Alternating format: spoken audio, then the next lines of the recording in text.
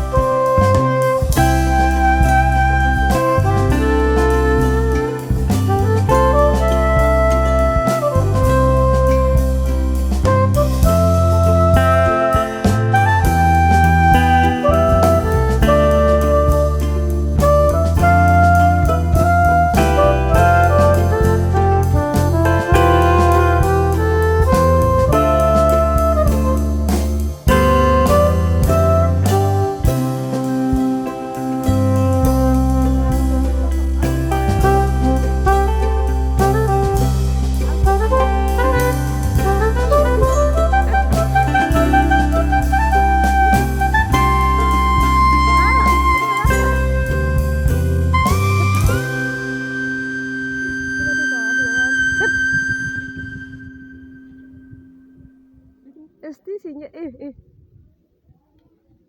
wah sejarah lagi sih kak ini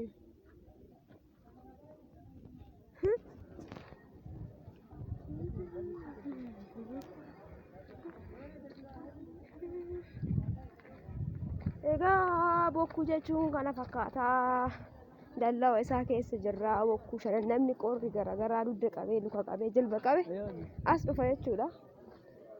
Bishaan uumamaatii hurka uumamaatii wanna biraa osoo hin ta'in hurka jechuudha. Hurka san fayyadama namni dudda ofiitiif jilba ofiitiif achumaan gibbii isaa keessa immoo kunoo kana fakkaata jaldeessi dhibannee waa nama harkaa fudhata jaldeessi kaa nama harkaa fudhata bilbilatiin sodaatanii waraabaa jira laala ucci jedhee hiqaa nama harkaa butaa nyaata fa'a agalgilii namni deematuun fa'a nama harkaa buta gibbiin isaa kana fakkaata.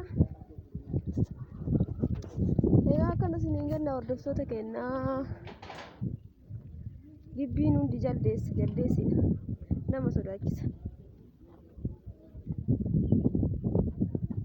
Ini bishaan akka dhugula bishaan tubboo keessaa dhugda gartee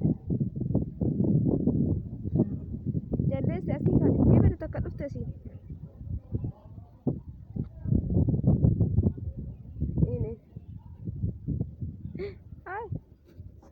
Alford anka biraa fagoo eegaa kun akka inni ga'u bismillah kana caalaa isiniin horaabu bilbila nama harkaa fudhata waan ta'eef bakka deebi akkana isiniin jennaa kun asuma ol deebina naannoo isaa baay'ee namatti tola suura garaagaraa qaba gibbiin jechuudha.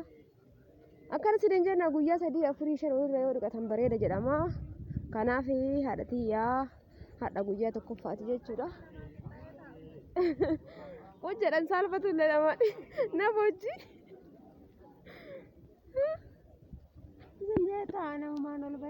Maal taaree nama harkaa qaa fudhataa jiru kun. Wayii ilaal kan alfuu waginni ga'u.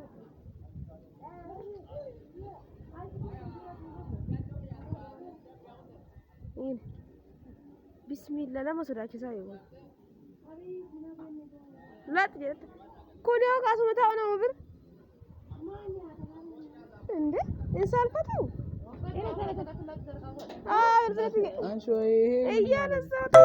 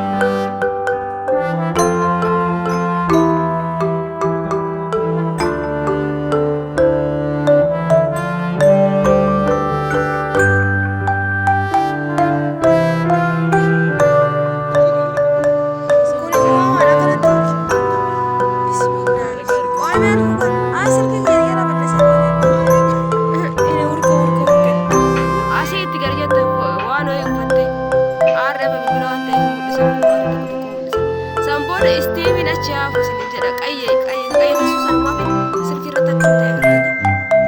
Wanta uumamaa jechuudha. Bismillah ajaa'iba rabbii. As biratti akkanaa bilbila kiyya irratti akka